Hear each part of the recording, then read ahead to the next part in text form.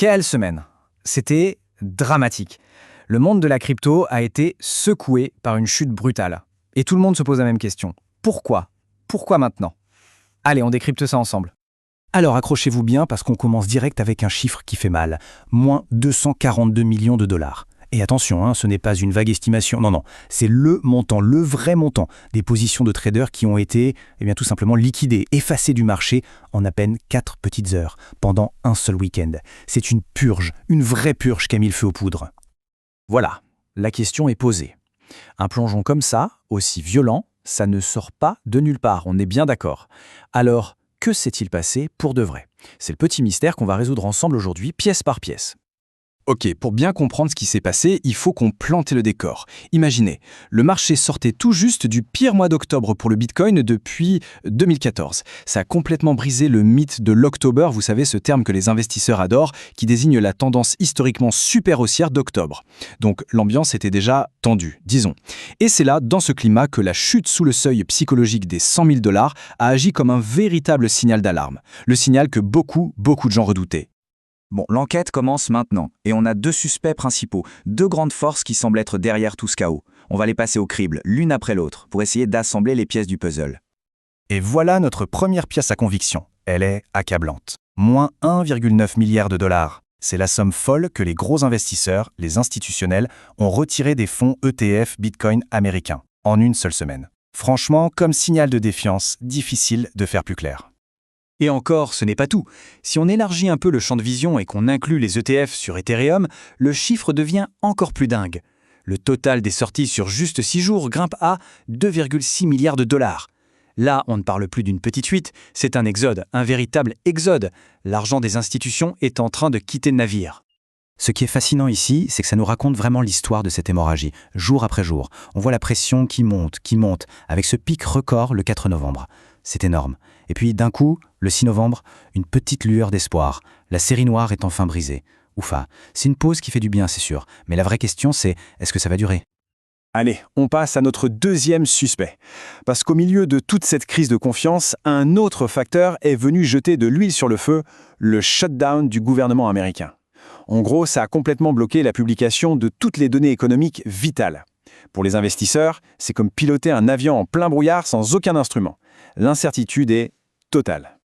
Et c'est justement cette incertitude qui nous amène au cœur du réacteur. Parce que dans ce brouillard total, il y a une seule et unique information qui peut tout changer, qui peut dissiper les nuages.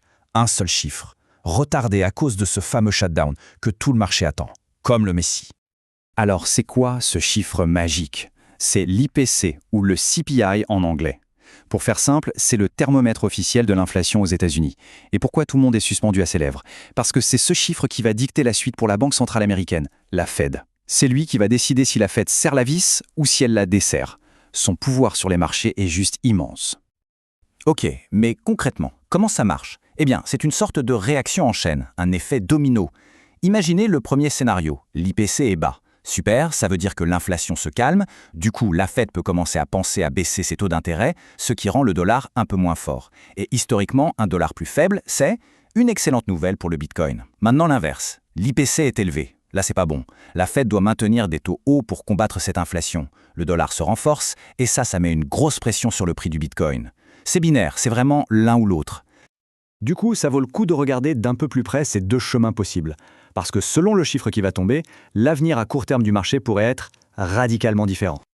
Regardez, ce tableau résume parfaitement les 2 options sur la table. D'un côté, le scénario optimiste, le scénario haussier. On a un IPC plus bas que prévu. Qu'est-ce qui se passe? L'argent pourrait revenir en masse dans les ETF et ça pourrait propulser le prix du Bitcoin au-delà de la résistance des 108 000 $. De l'autre côté, le scénario pessimiste, le scénario baissier. Le chiffre de l'inflation est mauvais, plus élevé que prévu, la pression reste, les sorties d'ETF continuent et là le prix pourrait casser le support des 100 000 $ pour aller chercher les 95 000, voire les 90 000.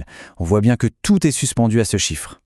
Bon, tout ça c'est bien beau, mais concrètement, sur quoi faut-il garder les yeux rivés dans les prochains jours? On passe aux infos pratiques pour ne rien louper du grand final. Voilà un petit calendrier pour la semaine à venir, histoire de s'organiser. D'abord, tous les jours, on jette un œil attentif sur les flux des ETF Bitcoin, c'est la base. Mais le grand rendez-vous, celui qu'il ne faut rater sous aucun prétexte, c'est le 13 novembre. C'est le jour J, la publication des chiffres de l'inflation. À noter aussi le 15, un événement un peu plus technique avec un déverrouillage de tokens qui pourrait ajouter un peu de pression sur un altcoin en particulier, Starknet. Cette citation d'un analyste, elle résume tout. Le marché pourrait rester très calme. Personne ne veut prendre de position risquée avant d'avoir les chiffres. Ça veut dire quoi? Ça veut dire que si tout semble immobile en ce moment, c'est une illusion. En coulisses, tout le monde retient son souffle. Personne n'ose faire le moindre mouvement avant d'avoir ce fameux chiffre. C'est ce qu'on appelle le calme avant la tempête. Et on va se quitter là-dessus, avec cette question. Le marché tout entier est suspendu à un seul chiffre. Il retient sa respiration. Alors, que va-t-il se passer quand il va enfin expirer? La seule chose de sûre, c'est que quand le chiffre tombera, ça va être explosif. La grande inconnue, c'est de savoir dans quelle direction.